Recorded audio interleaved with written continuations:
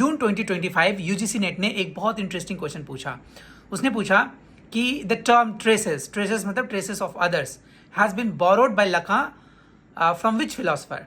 तो they gave us 4 options. पहला option उसने दिया डेरिडा का, दूसरा उसने ऑप्शंस दिया सिगमंड फ्रॉइड का, तीसरा उसने ऑप्शन दिया इमैनुअल लेविनास का, चौथा मुझे याद नहीं है, बट इसका राइट आंसर होगा लेविनास।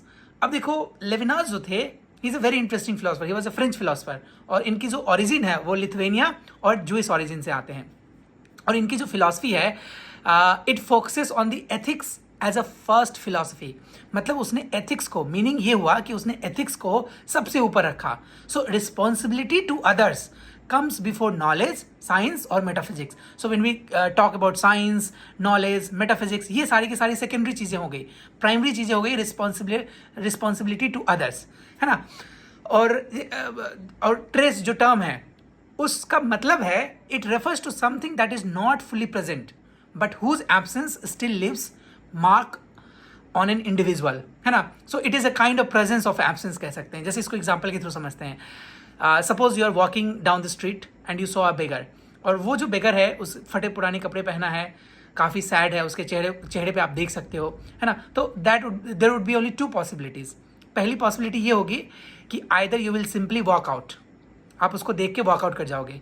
दूसरी पॉसिबिलिटी ये होगी कि आप उसको देखोगे and you will feel something about him, है ना। You will think about offering, उसकी अवस्था को देख के, उसकी गरीबी को देख के, है ना, you will offer something to him.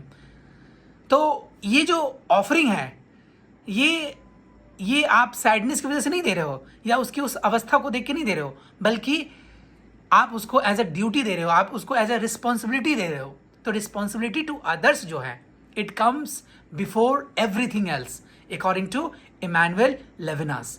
अब देखो लेविनास जो है ना, वो कहते हैं कि जो फेस है, the face of another person is the most powerful event in life.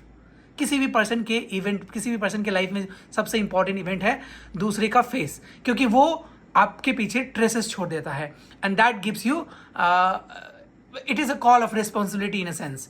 अब देखो इसको अदर राइटर्स ने भी, जैसे डेरिडा ने भी यूज़ किया अपने ऑफ ग्रामेटोलॉजी के अंदर। डेरिडा कहते हैं there is no presence without trace. So trace is very important. So trace is always within the present, है ना।